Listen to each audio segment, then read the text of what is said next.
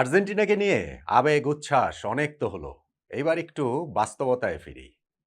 এই যে ইংল্যান্ডের বিপক্ষে সেমিফাইনাল খেলছে লিওনেল মেসির দল, লিওনেল স্ক্যালোনির দল, সেইখানটাতে আসলে এই আর্জেন্টিনা কি উতরে যেতে পারবে?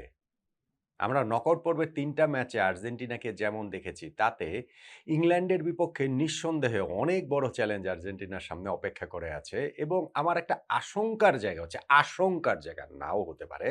অবভিয়াসলি এই আর্জেন্টিনার সামর্থ্য তো আছেই ইংল্যান্ডকে টপকে যাওয়ার। অবশ্যই সামর্থ্য আছে ফাইনালে স্পেন আসুক বা ফ্রান্স আসুক তাদেরকে হারানোর।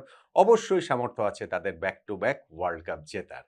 কিন্তু গত ৩ টা ম্যাচে নকআউট পর্বে যে আর্জেন্টিনাকে দেখা গেছে, লিওনেল স্ক্যালোনির আর্জেন্টিনা, তাতে আমার মনে হচ্ছে যে কোথাও না কোথাও গিয়ে victim of his own success, নিজের সাফল্যের শিকার না হয়ে যান স্ক্যালোনি তার ওই ট্যাকটিক্যাল পয়েন্ট অফ ভিউ থেকে। সুইজারল্যান্ডের বিপক্ষে এই ম্যাচটাতেও Argentina to some extent lucky ছিল অবভিয়াসলি সেই রেড কার্ডের কারণে, এবং সেই রেড কার্ডটা কেন 100% যৌক্তিক আমি ওইটা নিয়ে একটা বিস্তারিত আলোচনা করেছি। এবং ওইটা যে পুরো ম্যাচের মোমেন্টামটা চেঞ্জ করে দিয়েছে, ক্রিকেটের মতো ফুটবলের টার্নিং পয়েন্ট যেটা, এটার সঙ্গে কারো কোনো দ্বিমতের সুযোগই নেই। কিন্তু ওভারঅল আর্জেন্টিনা যেই ম্যাচটা খেলেছে সেইটা এই ওয়ার্ল্ড কাপে প্রবাবলি আর্জেন্টিনার সবচেয়ে poor match. Tactical point of view থেকেও সবচেয়ে পুয়ার ম্যাচ, এক্সিকিউশনের জায়গা থেকেও সবচেয়ে পুয়ার ম্যাচ। এবং যদি ওই লাল কার্ডটা না হতো, তাহলে আর্জেন্টিনার জন্য সুইস বাধা টপকে যাওয়াটা আরো অনেক ভীষণ কষ্টকর হতো। কেন আমি এই কথাগুলো বলছি? দেখেন, এই আর্জেন্টিনার সবচেয়ে বড় শক্তির জায়গা কি? Lionel Messi. এখনো Lionel Messi, still Lionel Messi, ৩৯ বছর বয়সী লিওনেল মেসি। এখনো তিনি ডিফারেন্সটা মেক করে দিচ্ছেন এবং সেইটা যে কোনো বিচ্ছিন্ন ঘটনা, এইটা যে ওই ফেলে আসা অতীতের একটুখানি গ্লিম্পস তিনি দেখাচ্ছেন তা না। ম্যাচের পর ম্যাচ একই কাজ মেসি করে যাচ্ছেন। মেসি এই ওয়ার্ল্ড কাপের ধরেন ১ম ২ টা ম্যাচে আর্জেন্টিনা ৫ গোল দিয়েছে, সবগুলোই মেসি করেছেন। তখন মনে হচ্ছিল যে মেসি একাই কি গোল দিবেন নাকি? আবার ধরেন ১ম ৪ টা ম্যাচে মেসির কোনো অ্যাসিস্ট ছিল না, যে মেসি কি অ্যাসিস্ট করতে পারবেন না নাকি? শুধু গোল দেওয়াই কাজ। এখন মেসি গোলের পাশাপাশি অ্যাসিস্টও এসেছেন এবং সেই ডিফারেন্সটা মেক করে দিচ্ছেন তিনি। দেখেন, সুইজারল্যান্ডের বিপক্ষে এই ম্যাচটাতেও এন্ড অফ দ্য ডে গিয়ে ওই যে ডিসাইসিভ যে জায়গাগুলোতে, সেইখানেও মেসি কি প্রবলভাবেই আছেন। প্রথমত তার কর্নার থেকেই গোলটা হয়েছে, সেইখানে আরো একটা অ্যাসিস্ট।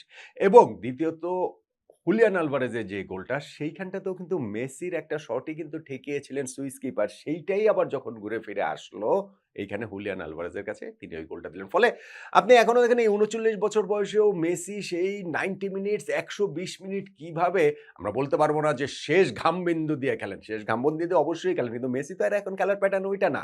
মেসি এখন মাঠে পাগলের মতো দৌড়ান না।